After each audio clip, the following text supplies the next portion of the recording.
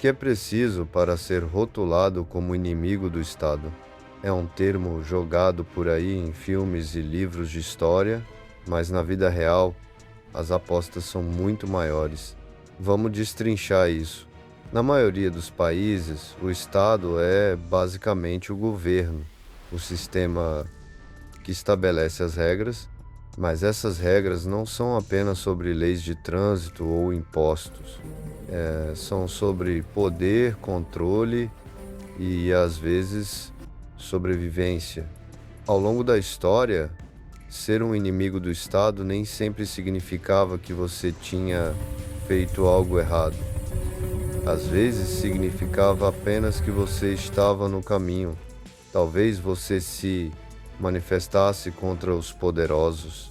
Talvez você iniciasse um movimento que ameaçasse o controle deles sobre o poder. Talvez você apenas pertencesse ao grupo errado na hora errada. Pegue a Roma antiga. Se você desafiasse o imperador, mesmo que apenas com suas palavras, você poderia ser taxado de traidor. Durante a Revolução Francesa, bastava ser suspeito de se opor aos ideais da Revolução. No século XX, ditaduras na América Latina rotularam estudantes, artistas e até padres como inimigos, apenas por sonharem com a mudança, mas é aqui que a coisa complica. Às vezes, um inimigo do Estado é na verdade um herói. Lembram-se de pessoas como Nelson Mandela, que foi preso por décadas porque desafiou um sistema injusto, ou dos inúmeros ativistas anônimos que arriscam tudo pela justiça? Então, o que realmente te torna um inimigo do Estado nem sempre é sobre o que você faz. É sobre o que suas ações significam para aqueles que estão no poder. Se você ameaça a ordem que eles construíram, se você desafia a narrativa deles, você pode acabar nessa lista. A linha entre vilão e herói é tênue e a história tá cheia de exemplos onde ela foi cruzada às vezes da noite para o dia. Para historiadores como você e eu, a verdadeira questão não é quem é o inimigo, é quem decide isso. Então, da próxima vez que você ouvir essas palavras, faça uma pausa, olhe mais de perto. A resposta pode dizer mais sobre o próprio Estado do que sobre a pessoa que eles estão apontando. Ser considerado inimigo do Estado significa, em termos gerais, que um governo ou autoridade enxerga alguém como uma ameaça à sua estabilidade, poder ou legitimidade. Não é apenas discordar do governo, ser autossuficiente. Envolve a percepção de que suas ações, ideias, o que você faz, constrói ou influencia podem prejudicar a estrutura do Estado. Então vamos falar um pouco sobre como diferentes tipos de Estado podem enxergar um sobrevivencialista. Em democracias de Estado de Direito, geralmente o sobrevivencialista não é visto como inimigo. O Estado pode monitorar apenas se houver comportamento ilegal, como posse de armas, explosivos, ameaças ou circuitos eletrônicos, sabe? O foco é sempre na prevenção de crimes, não no estilo de vida autossuficiente em si. Já em estados autoritários ou totalitários, o sobrevivencialista pode ser percebido como uma potencial ameaça, principalmente se tiver armas de defesa ou alguma capacidade militar organizada. Viver fora do controle do Estado, em áreas autônomas ou comunidades fechadas, também chama atenção. Além disso, organizar redes de pessoas independentes sem supervisão do governo pode ser visto com desconfiança. Nem todos sobrevivencialistas são considerados inimigos, mas aqueles que parecem capazes de resistir ou escapar do controle estatal podem sim ser enquadrados como subversivos. Em cenários de conflito, catástrofes ou guerra civil, o sobrevivencialista pode ser visto como um potencial aliado ou ameaça, dependendo se coopera com o governo ou não. Agora vamos falar sobre fatores que aumentam o risco de ser considerado inimigo. Organização comunitária autônoma, como pequenas cidades, vilas ou fazendas independentes, já chama atenção.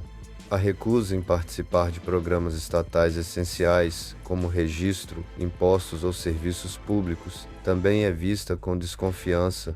Ações de autodefesa militarizadas, mesmo que seja só treino ou equipamento, podem ser mal interpretadas. E claro, propaganda de independência total do Estado ou críticas públicas ao governo são fatores que elevam ainda mais esse risco. Em regimes autoritários, qualquer sinal de autonomia significativa pode levantar suspeitas, sabe? Resumindo, ser sobrevivencialista não é automaticamente ser inimigo do Estado, mas quanto mais a pessoa ou comunidade opera fora do controle do Estado, especialmente com armamento ou redes próprias, maior a chance de ser percebida como potencial ameaça, sobretudo em regimes autoritários ou em contextos de crise, mas olha, tudo isso pode ser minimizado ou maximizado dependendo da situação. O controle estatal pode acontecer de muitas formas, algumas explícitas como leis e outras sutis como educação, mídia, tecnologia e dependência econômica. Vamos destrinchar isso com calma. Controle econômico.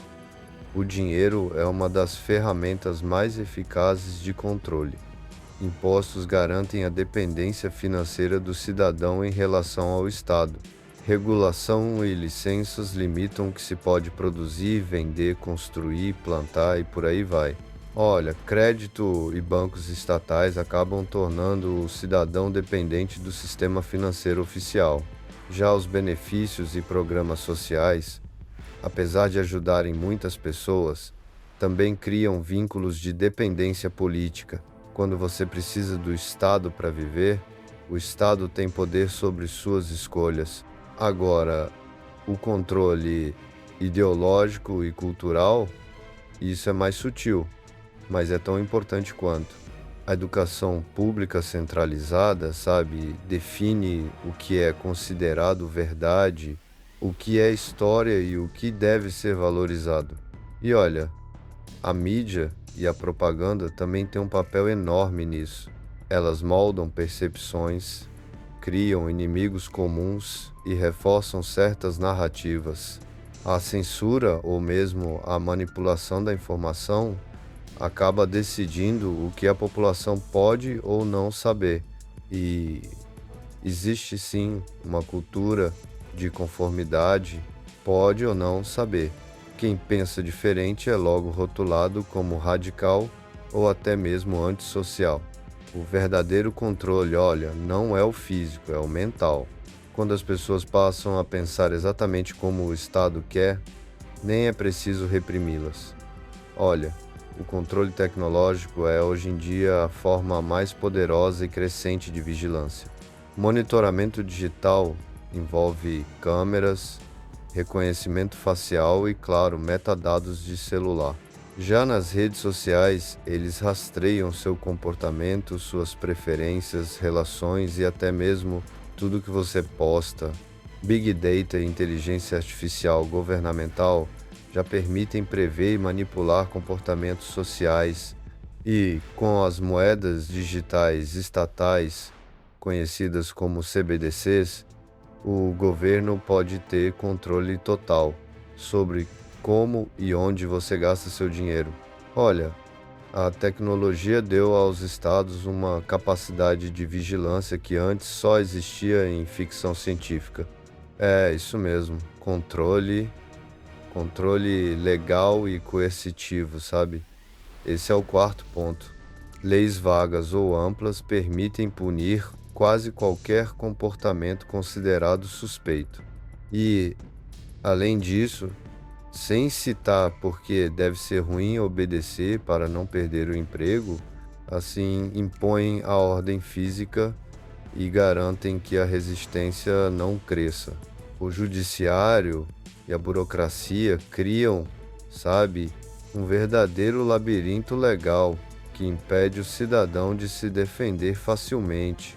E aí chegamos ao controle psicológico e social, que é como se o Estado estivesse dentro de você, influenciando pensamentos e comportamentos sem que você perceba.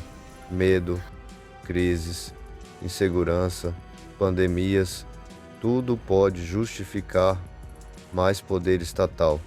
Divisão, manter a população polarizada impede união contra o poder central. Sensação de impotência. Se as pessoas acham que não há nada a fazer, elas se conformam. Em resumo, o Estado controla, limitando sua autonomia econômica, mental, tecnológica e social. Quanto mais você depende dele, acredita nele e o teme, mais ele te controla. E olha, quanto mais você produz, pensa e atua por conta própria, menos poder ele tem sobre você. Então, olha, é importante evitar chamar a atenção em diversos aspectos. Seguir a lei rigorosamente é fundamental. Também é essencial respeitar códigos civis e criminais, evitando armas ilegais, explosivos ou qualquer atividade proibida. Além disso, cumprir obrigações fiscais, como impostos, registros e taxas, faz parte do processo. Quando falamos de licenças e regulamentações, se houver produção própria de alimentos, energia ou água, é necessário respeitar as normas locais, certo? O principal risco de chamar atenção é acabar violando leis, mesmo que seja por autossuficiência. Então, é importante manter discrição e moderação, sabe? Evite ostentar estoques ou equipamentos que possam ser mal interpretados. E claro, nada de fazer propaganda excessiva sobre autossuficiência ou desapego ao Estado. O uso moderado de redes sociais é fundamental. Não divulgue detalhes que revelem suas capacidades defensivas, locais ou redes de contatos, certo? O segredo, no fim das contas, é ser autossuficiente sem sinalizar qualquer ameaça. Agora, é fundamental focar na preparação discreta. Os estoques e a infraestrutura precisam ser funcionais e, ao mesmo tempo, discretos, sem nada que chame muita atenção. O treinamento e as habilidades devem ser mantidos em sigilo ou, no máximo, compartilhados apenas dentro de círculos realmente confiáveis. E, claro, é importante evitar simulações públicas de defesa ou o uso de armas que possam ser interpretadas como um sinal de militarização. Ser capaz não precisa ser visivelmente intimidante. Comunicação cuidadosa, evitar mensagens ou postagens que criticam diretamente o governo de forma provocativa. Redes de contatos devem ser de confiança, evitando pessoas que podem expor atividades. Evitar organizações ou grupos classificados como subversivos ou ilegais. O objetivo é não dar motivo para a rotulação como inimigo do Estado. Conhecer como você aparece em bases públicas e online. Corrigir informações incorretas que possam gerar suspeitas. Evitar compartilhar detalhes de localizações, capacidades ou estoques. Postagens em redes sociais sem pensar. Infiltrados em grupos, agentes ou colaboradores disfarçados participam de organizações ou comunidades. Provocação de testes de lealdade. Enviar informações falsas ou oportunidades para observar reação. Compra de informações de pessoas com acesso a dados, insiders ou empresas de monitoramento. Estratégia clássica de inteligência. Descobrir planos ou desacreditar o alvo sem uso direto de força. Compras suspeitas. Equipamentos que possam ser usados em atividades de oposição, como drones, rádios, certos softwares, equipamentos, patrocínio ou restrição indireta. investigar financiamento de projetos, ONGs ou comunidades autônomas. Objetivo: identificar atividades que desafiem a autoridade ou que possam ser usadas em ações coordenadas contra o Estado. O Estado precisa que você dependa do sistema alimentício, sistema hídrico, sistema de energia, sistema de segurança, sistema educacional e ambiental. Imagina você saber plantar seus alimentos. Queriam proibir plantar em casa, ouviu essa historinha? Imagina gerar a própria energia. Taxaram a energia gerada por painéis solares. Imagina você saber fazer ou construir seus equipamentos ou ferramentas. Criam programas ou projetos para recolher equipamentos eletrônicos, entre outros, pois você comprando gira a economia, já você construindo se torna capaz e independente do capitalismo moderno. Não estou dizendo que o Estado vê como inimigo. Fatos históricos provam casos ao redor do mundo. Como já vimos, o constrangimento de ser bombardeado facilmente nos meios digitais e escritas pode servir para ridicularizar, minimizar e diminuir o indivíduo. Constrangimento social e reputacional, difamação pública como jornais, mídias ou campanhas oficiais que podem rotular alguém como traidor, subversivo ou até mesmo inimigo do povo, isolamento pressionando empregadores, colegas ou vizinhos para se afastarem, a exclusão de redes de contato, olha só, pode significar dificultar a participação em associações, eventos ou instituições. O objetivo disso tudo, na verdade, é fazer a pessoa se sentir isolada e diminuir a sua capacidade de influenciar outros, sabe? E por fim, tem ainda o constrangimento digital e tecnológico, que é uma questão bem relevante nos dias de hoje. Monitoramento online é quando alguém rastreia redes sociais, mensagens ou comunicações digitais. Isso pode parecer algo simples, mas sinceramente pode invadir muito a privacidade da pessoa, bloqueio de contas ou a difusão de informações falsas sobre a pessoa. São atitudes que prejudicam bastante, sabe? Essas ações podem isolar alguém e até causar danos à reputação dela. Ataques de desinformação envolvem manipular a percepção pública, criando constrangimento ou até ridicularização. É um tipo de violência que, infelizmente, pode ter consequências sérias para quem é alvo. Em regimes autoritários ou totalitários, denúncias podem ser vistas como subversão, difamação ou traição, mesmo que sejam verdadeiras. Isso acontece porque o governo não admite críticas públicas, e qualquer exposição de erros ou abusos ameaça a imagem do Estado. Consequências possíveis incluem vigilância constante, processos judiciais arbitrários, perda de emprego, benefícios ou liberdade, isolamento social ou até prisão. Nesse contexto, mesmo uma denúncia legítima pode transformar o denunciante em inimigo do Estado aos olhos das autoridades. Olha, eu poderia citar outras coisas mais, mas por mais pode dar menos, né? Então se inscreva no canal, compartilhe o vídeo com quem precisa saber disso, deixa seu like e comenta aí o que você acha. Forte abraço do Survivor Channel.